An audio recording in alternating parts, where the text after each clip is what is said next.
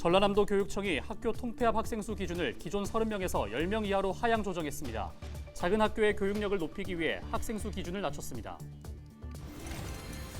순천시가 우주발사체 단조립장 유치와 정부 거점 산업단지 경쟁력 강화 사업에 선정되는 겹경사를 맞이했습니다. 국비와 사업비 7천억 원이 투입될 전망입니다. 차범근 전 감독이 지방 유소년 축구 발전을 위해 고흥의 축구교실을 창단했습니다. 이제 전남에서도 독일 선진 축구 교육이 이루어질 전망입니다. 교육부가 교원들의 디지털 역량을 높이기 위해 아이에답 사업을 추진합니다. 교과목별 AI 융합 수업 모형을 개발하고 예비교사를 위한 교육 프로그램이 추진될 예정입니다.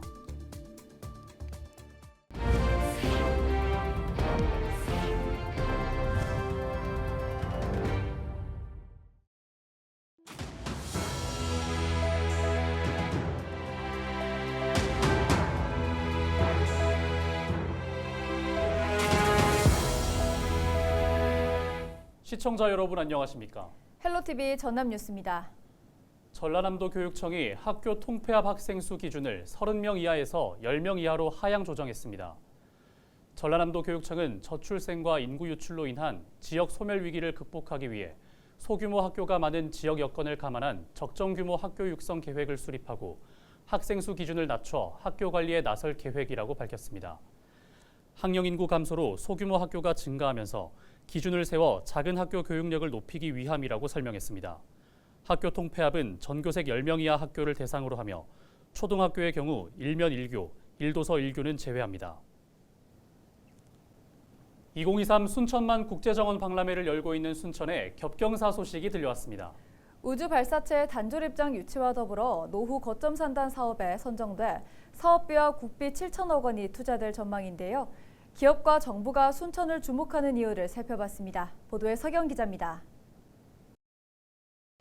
한국항공우주연구원으로부터 누리호 기술 이전을 받은 한화에어로스페이스가 우주발사체 단조립장 건설 부지로 순천을 택했습니다. 오는 2025년까지 해룡면 율촌 1산단 2만 3천여 제곱미터 부지에 500억 원을 들여 단조립장을 조성할 계획입니다. 율촌 1산단은 기반시설이 완비돼 있고 땅값이 3.3제곱미터당 40여만 원으로 저렴한 것이 특징입니다. 단조립장 설립 계획과 일정에 차질 없이 착공이 가능하고 3단으로 나눠진 누리호를 조립해 고흥까지 해상 수송이 가능하다는 점이 높은 평가를 받았습니다. 기업이 지역을 선택하는 기준에는 여러 가지 이유가 있을 것입니다. 물론 싼 부지를 원할 수도 있습니다. 하지만 정주 여건이라든지 교통망, R&D 연구기관, 연관기업, 인력 수급의 어떤 용이성 등을 종합적으로 검토할 것입니다. 정부도 순천을 주목하고 있습니다. 최근 노후 거점 산업단지 경쟁력 강화 사업 대상지로 순천과 광양 국가산단을 선택한 겁니다. 이 사업은 2026년까지 6,800억 원이 투입되는 국가사업으로 기존 산단을 미래 철강 산업단지로 구현하고 제조업을 디지털화시키는 게 핵심입니다. 전문 인력이 순천을 비롯한 광양 만권에 몰려들고 정착해서 살 수 있도록 미래 산업의 새 동력을 갖춘다는 목표입니다. 순천시는 전국의 모든 도시가 개발에 집중할 때 15년 전부터 생태에 주목해 정주 여건을 강화시킨 점이 드디어 결실을 맺었다는 입장입니다. 일괄되게 추진한 생태 수도에 대한 전략들이 하나하나 그 모습과 성과가 발휘되고 있다고 생각합니다. 그래서 기업들이 정부에서 이 지역을 찾는 이유가 이제는 거주자뿐만 아니라 기업도 만족할 수 있는 이런 직주락의 최고의 적지가 순천으로 부각되고 있기 때문이라고 생각합니다. 우주발사체 단조립장 유치에 이어 거점 산단 선정까지 겹경사를 맞이한 순천. 생태 보전의 가치가 인구 증가와 4차 산업 확장에 디딤돌 역할을 해내고 있습니다. 헬로티비 뉴스 서경입니다. 다음은 스포츠 관련 소식입니다.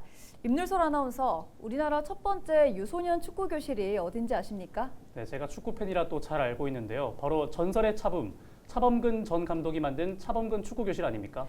네, 그렇습니다. 서울에서는 부모님들이 신청하려고 전날부터 밤새 대기할 정도로 30여 년 동안 꾸준한 인기를 얻고 있는 대표 교실인데요. 전남 고흥에 차범근 축구교실이 문을 열었다고 합니다. 창단식 현장을 김신혜 기자가 다녀와 봤습니다.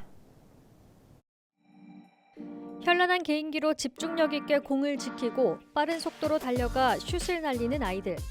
우리나라 최초 유소년 축구교실인 차범근 축구교실 회원들의 경기 모습입니다. 1990년 설립된 차범근 축구교실은 아이들이 쉽고 즐겁게 축구를 접할 수 있고 독일식 선진교육을 받을 수 있어 인기가 매우 높습니다. 25일 전남 고흥에서 차범근 축구교실 창단식이 열렸습니다. 지방 유소년 축구 발전의 뜻을 모아 고흥에서도 운영을 시작하기로 한 겁니다.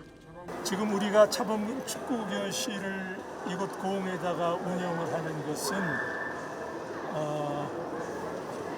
선수만을 키우자고 하는 목적이 아니라 건강한 사회인을 키우면서 동시에 축구하는 선수들도 만들자는 취지입니다. 이걸 계기로 해서 우리 고흥이 유소년 축구 육성의 좀 메카가 되게 만들어야 되겠다. 그런 생각을 하고 우리 고흥에서 지원할 수 있는 거는 최대한 지원을 하겠다. 이렇게 말씀드리겠습니다. 초등학교 저학년을 대상으로 운영되는 고흥 차범근 축구교실은 다음 달부터 본격 운영됩니다. 고흥군에서는 축구교실 운영과 시설을 지원하고 차범근 축구교실에서는 전문 코치 지원과 우수 지도자 해외 연수 기회를 제공할 예정입니다.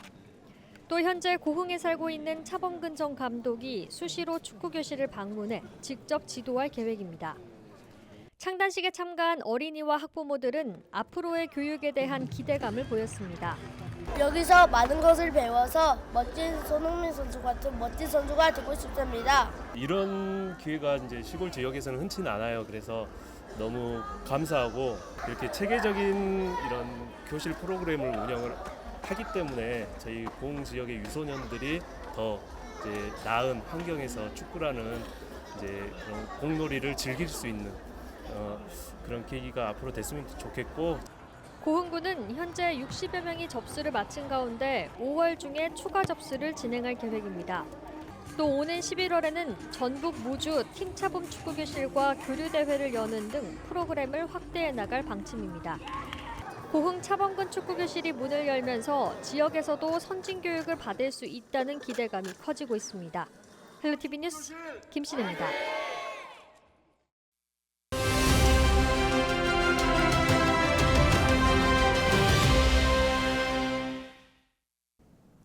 디지털 대전환 시대에 발맞춰 교육 방식과 내용에도 변화가 나타나고 있죠.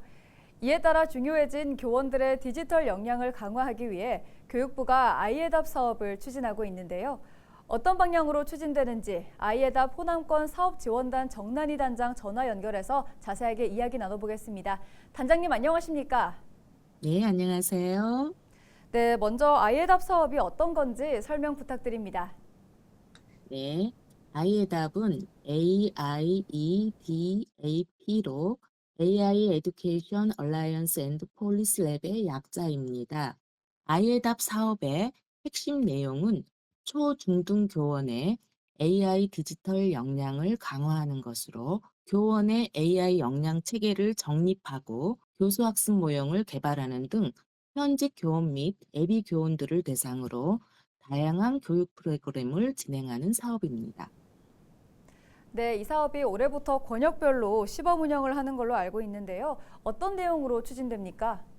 네, 전국을 수도권, 충청권, 경북권, 경남권, 호남권의 5개 권역으로 나누고 각 권역의 주관 대학이 시도교육청과 협업하여 사업을 추진합니다.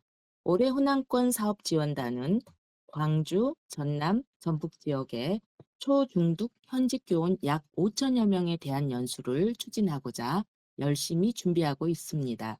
또한 사범대학과 교육대학의 교수님과 예비교사를 위한 교육 프로그램도 추진할 예정입니다. 이뿐만 아니라 교원 양성기관과 현장 학교를 매칭해서 교과목별 AI 융합수업 모형을 개발하려는 목표도 있습니다. 저희 전남대학교 사범대학이 호남권역 사업지원단으로서 광주, 전남, 전북교육청 그리고 호남권 교원 양석 대학들과의 협력을 촉진하는 허브의 역할을 해서 시도교육청의 장학사님, 학교 현장의 교사, 대학의 교수님, 기업의 교육 전문가들과 협업 체계를 이루어 보고자 합니다. 네, 호남권역 사업지원단이 교원들의 디지털 역량을 강화하기 위해 다양한 프로그램을 준비하고 있는데요. 추가적으로 앞으로의 계획도 알려주시죠. 네, 호남권 초, 중등 현직 교원 목소리를 모두 듣기는 어렵겠지만 이번 아이에답 사업을 통해 교육청 각 담당자님, 학교 현장의 선생님, 또 각 시군별 곳곳에 계시는 교육지원청 담당 장학사님 모두를 대상으로 현재의 어려움이 무엇인지 경청하고자 합니다. 이를 바탕으로 올해부터 3년간 시행되는 저희 아이에답 호남권 사업지원단의 사업 방향을 맞추어 나가고자 합니다. 네, 오늘 말씀 여기까지 듣겠습니다. 지금까지 정난희 단장과 아이에답 사업에 대해 이야기 나눠봤습니다.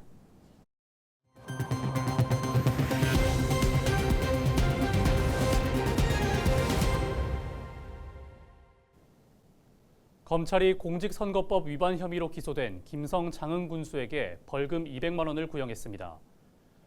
광주지검 장흥지청은 지난해 지방선거 이후 장흥의 한 식당에서 전현직 군의원 16명에게 28만 원 상당의 음식을 제공한 혐의로 기소된 김 군수가 공직선거법상 담례를 금지하는 규정을 위반했다고 판단했습니다. 김 군수 측은 업무 추진비로 의원들에게 식사를 제공한 것은 관행이며 식사 제공 금액도 소액이라는 점을 들어 무죄를 주장했습니다. 선출직 공무원의 경우 선거법 위반으로 벌금 100만 원 이상형을 받으면 당선이 무효되는 가운데 김 군수에 대한 선고 공판은 다음 달 30일 광주지법 장흥지원에서 열릴 예정입니다. 목포 정의당이 오는 7월부터 시내버스 사업을 접고 밀린 부채를 회사 대표의 사유재산으로 처리하겠다는 입장에 대해 만약 변제를 못할 경우 폐업을 선언하고 노선권을 반납하라고 촉구했습니다. 목포 정의당은 26일 기자회견을 열고 시내버스 업체 대표가 오는 6월 말까지 부채 310억 원을 해결하겠다고 약속한 것은 마땅한 태도지만 아직까지 17억 원 규모의 체불임금도 해결하지 못한 상황에서 과연 부채를 변제할 수 있을지는 의구심이 있는 대목이라고 밝혔습니다. 그러면서 회사 대표는 부채 변제 계획을 시민들에게 투명하게 공개하고 부채를 갚지 못할 경우 목포시는 면허권 취소는 물론 만일의 경우에 대비한 버스 운영 대안을 철저하게 마련해야 한다고 강조했습니다. 무안군이 지역 대표 수산물인 낙지 자원을 보호하기 위해 어로 행위를 금지합니다. 무안군은 5월 1일부터 7월 31일까지 석 달 동안 탄도만 해역 4곳을 보호 수면으로 지정함에 따라 낚시어선 조업 등 모든 어로 행위가 금지된다고 밝혔습니다. 낙지 보호 수면은 지난 2007년부터 해마다 낙지 산란기에 맞춰 운영되고 있습니다. 고흥군이 이달 초 이상저온으로 피해를 입은 농작물에 대한 정밀 조사에 나섭니다. 피해 농가는 다음 달 12일까지 피해 신고서와 사진, 농업경영체 증명서 등을 준비해 읍면사무소를 방문하면 됩니다. 고흥군은 접수된 피해 현장을 방문해 조사한 뒤 재해대책 규정에 따라 복구비를 지원할 계획입니다. 광양시가 2040 도시기본계획안에 대한 의견을 듣기 위해 다음 달 3일 주민공청회를 개최합니다. 도시기본계획은 도시의 미래상을 제시하는 계획으로 5년마다 타당성 여부를 재검토하고 정비해야 합니다. 광양시는 2020년부터 구상안을 작성하고 보고회를 통해 기본계획안을 마련했으며 이번 공청회에서 나온 의견을 모아 계획안을 최종 확정할 예정입니다. 여수시와 한국전력공사가 앞으로 3년 동안 국가산단에 사업비 400억 원을 투입해 저탄소 그린산단을 구축합니다. 이번 사업에는 태양광 발전시설 조성과 에너지 고효율 장비 교체 지원, 탄소 배출권 관리거래 플랫폼 구축 등이 포함됐습니다.